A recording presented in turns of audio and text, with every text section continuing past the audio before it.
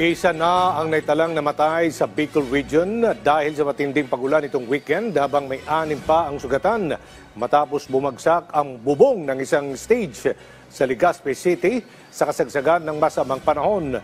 Si Emmanuel Bongcodin, Radyo Pilipinas Albay sa sentro ng balita. Emmanuel. Nag-iwan ng pinsala at trahedya ang malalakas na pag-ulan na dala ng low pressure area at habagat sa Albay nitong weekend. Sa uwas, isang binatilyo ang kumpirmadong nasawi habang isa pa ang patuloy na pinaghahanap matapos malunod sa ilog sa Barangay Ilaor Norte kahapon. Sa inisyal na ulat ng Uwas Municipal Police Station, naliligo ang mga biktima kasama ang ilang kaibigan nang lumangoy sila patungo sa gitna ng ilog at hindi na muling nakalutang. Pasado alas 5:35 ng hapon, natagpuan ang isa sa kanila at agad na isinugod sa ospital, ngunit idineklara ring dead on arrival. Habang patuloy naman ang search and rescue operation para sa isa pang binatilyo. Samantala, 6 ang sugutan matapos gumuho ang bubong ng stage sa Peñaranda Park, Legazpi City noong Sabado.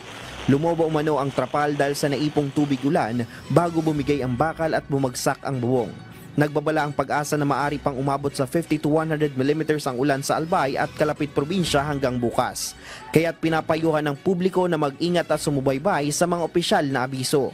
Mula rito sa Albay para sa Integrated State Media, Emmanuel Bongcodin ng Radyo Pilipinas, Radyo Publiko. Salamat Emmanuel Bongcodin.